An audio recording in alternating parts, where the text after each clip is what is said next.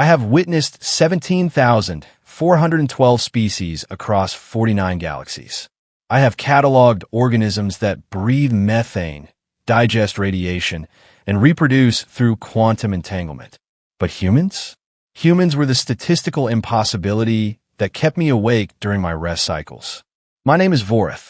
I am a medical officer aboard the research vessel Luminex, and 3 cycles ago, I made a mistake that should have killed Marcus Webb. The human stumbled into my medical bay with what he called a splitting headache. Typical. These fragile creatures complain about everything. Too hot, too cold, too much gravity, not enough oxygen. I have been stationed on their planet, Earth, for 6 months, studying their remarkable ability to survive conditions that would liquefy most sentient beings, and yet they whined about minor discomfort, as if it were a catastrophic event. Sit. I gestured to the examination platform with 3 of my upper appendages while checking the diagnostic screen with my lower ones. Marcus collapsed onto the platform, clutching his skull. Doc, I feel like my brain is trying to escape through my ears. I scanned him quickly. Elevated neural activity. Minor inflammation. Nothing serious by any reasonable medical standard. These primates were so dramatic. I reached for what I believed to be a standard analgesic, the one I had administered to human subjects for months. Except it was not. My secondary hand, the one I barely paid attention to, grabbed the wrong injector. The one marked with 17 warning symbols in galactic standard. The one filled with compound helix. 9. A substance we use to euthanize large predators from the death world of Kragner Prime. I pressed it against his neck and administered the full dose before my primary brain registered the error. Oh no. Oh no, no, no. The injector clattered to the floor. Marcus looked at me with those unsettling, forward-facing eyes, the kind that marked humans as pursuit predators. Doc? You okay? You just turned. I don't even know what color that is. I leaned close, my voice dropping to barely above a whisper. Humans were never meant to survive this. His expression shifted from confusion to concern. What did you just give me? A mistake. My translator barely managed the word. A catastrophic, career-ending, possibly species relations-destroying mistake. I had injected him with enough helix. 9 to stop the hearts of a Kragnerian thunderbeast, a creature that weighed 4 tons and possessed 3 separate cardiovascular systems.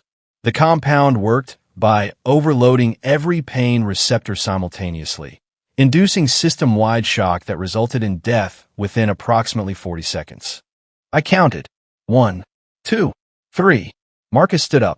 Seriously, what's wrong? You look like you're about to pass out. 4, 5, 6. Sit down. I shoved him back onto the platform, my appendages shaking. Do not move. Do not speak. Just exist and let me monitor you. 7, 8, 9. His vitals scrolled across my screen. Heart rate increasing, yes, but not catastrophically. Neural activity spiking, as expected. But he was not screaming, not convulsing, not dissolving from the inside out like every other organism I had ever seen exposed to helix. 9, 10, 15, 20. Doc, you're freaking me out. Marcus tried to sit up again. Stay. I practically shrieked it, prompting 2 other humans in the waiting area to peer through the doorway. Everything okay in there? One called. Fine. I lied desperately. Routine procedure. Very routine. Extremely routine. 30, 40, 50. Marcus should have been dead. Twice over. His ancestors should have felt it. The compound should have rewritten his genetic code into gibberish. Instead, he yawned. Actually, Doc, I'm feeling better. That headache's gone. Whatever you gave me, it worked great. I stared at him. All 4 of my eyes widened so far that my subordinate, Kelix, passing through the corridor, stopped to check whether I was experiencing a medical emergency. Vorath? You appear distressed, Kelix called through the door. I am reconsidering every choice I have ever made. I replied, never taking my eyes off Marcus. 1 minute, 2 minutes, 5 minutes. The human was not only alive, he was improving. His vitals were normalizing. The inflammation in his brain tissue was receding. He looked, for lack of a better word, refreshed. Can I go now? I've got a meeting in 20 minutes. No, I blocked the door with my bulk. You must remain under observation. Minimum 4 hours. Possibly 4 days. Potentially forever. He laughed.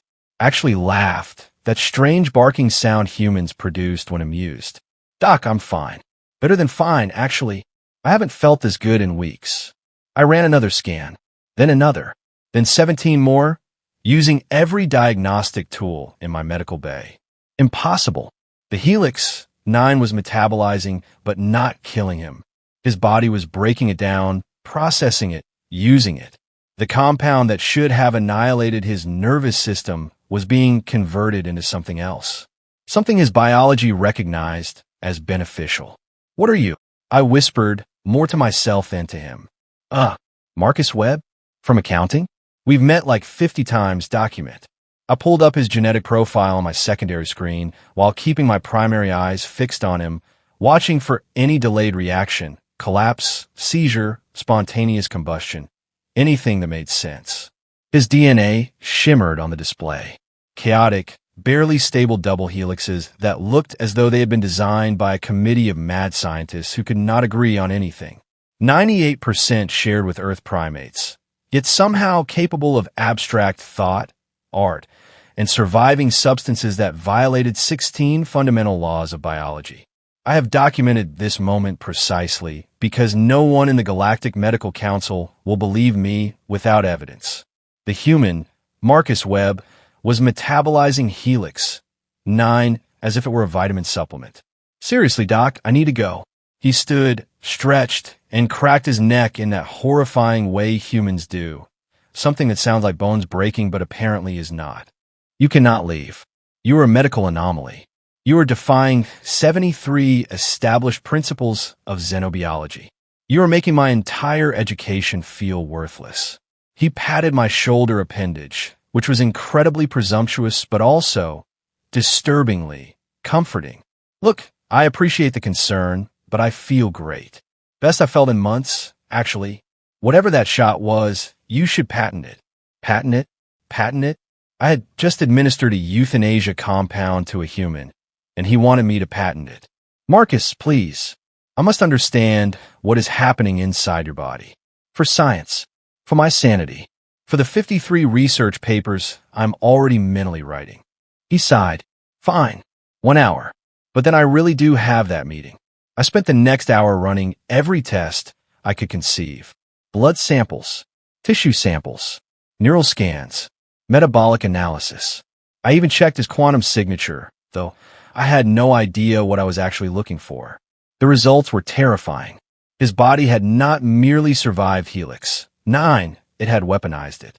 His immune system analyzed the compound, identified it as a threat, and then somehow convinced his metabolism to convert it into an enhanced neurotransmitter.